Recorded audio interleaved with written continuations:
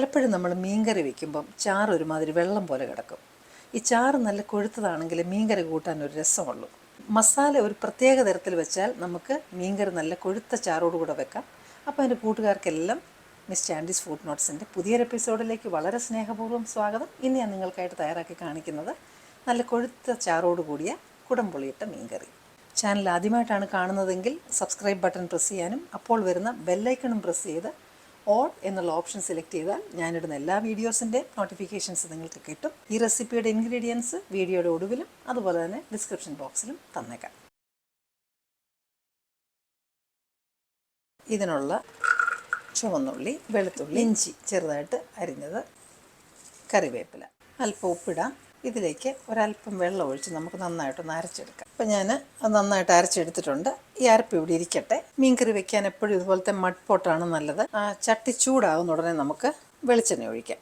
എണ്ണ ചൂടാകുന്നുണ്ടെങ്കിൽ നമുക്ക് ഉലുവ, അതുപോലെ തന്നെ കടുക്, അത് പൊട്ടാൻ തുടങ്ങിയിട്ടുണ്ട്. ചെറുതായിട്ട് അരിഞ്ഞ് കുറച്ച് ചുവന്നുള്ളി ഇടാം. ഇതൊന്ന് നന്നായിട്ട് മൂക്കണം.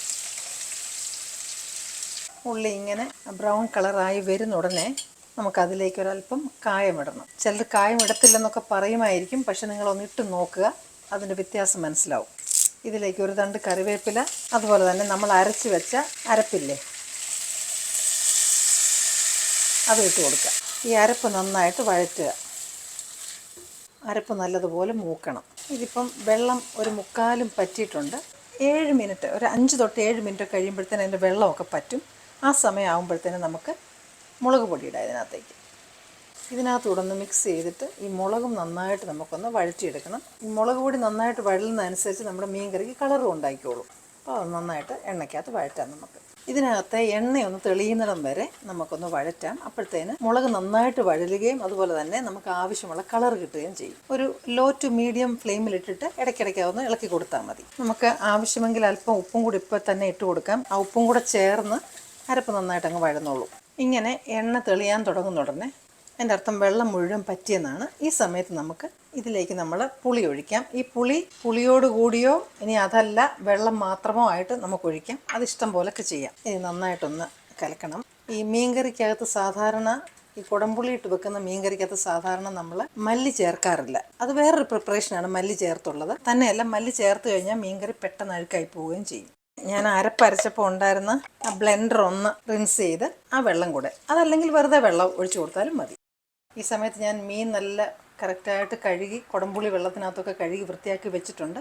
ഇനി ഇതൊന്ന് തിളയ്ക്കട്ടെ. ഇതൊന്ന് അടച്ച് വെക്കാമെങ്കിൽ വേഗം തിളയ്ക്കും. ഇപ്പോൾ ഇത് നന്നായിട്ട് അരപ്പ് തിളയ്ക്കാൻ തുടങ്ങിയിട്ടുണ്ട്. ഈ സമയത്ത് നമുക്കിതിനകത്തേക്ക് ഇനി മീൻ കഷ്ണങ്ങൾ ഇട്ട് കൊടുക്കാം.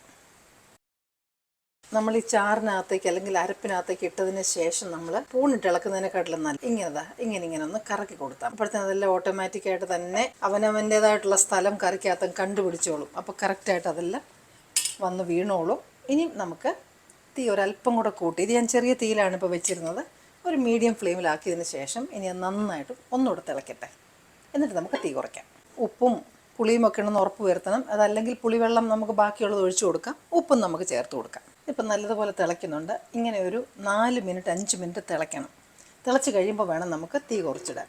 ഇങ്ങനെ തിളയ്ക്കുന്നതിൻ്റെ ഇടയ്ക്ക് തന്നെ നമ്മളതൊന്ന് ഇടയ്ക്ക് ഇങ്ങനെ ഒന്ന് ഇളക്കി കൊടുക്കണം. എന്നിട്ട് വീണ്ടും അത് തിളയ്ക്കട്ടെ. ഇതിപ്പം നന്നായിട്ട് തിളച്ച് ഇങ്ങനെ പറ്റിക്കൊണ്ടിരിക്കുകയാണ്. ഇനി ഇതിലേക്ക് നമുക്ക് ഒരല്പം പച്ച വെളിച്ചെണ്ണ ഒഴിച്ച് കൊടുക്കണം. കറിവേപ്പില, ഇതൊന്നുകൂടെ നമുക്ക് എല്ലായിടത്തും ഒന്ന് ഈ വെളിച്ചെണ്ണയൊക്കെ ഒന്ന് പടരത്തക്കവണ്ണം കുലുക്കി വെക്കണം. ഇനി ചെറിയ തീയിൽ ഒരു 5 മിനിറ്റ് കൂടി ഇരിക്കണം. ചാറ് നല്ലപോലെ കുറുകിയാൽ വേണ്ടെങ്കിൽ ശകലം നേരം കൊണ്ട് വെച്ച് കൊടുത്താൽ മതി. ഇപ്പം തന്നെ ചാറ് നല്ല കട്ടിയുണ്ട്.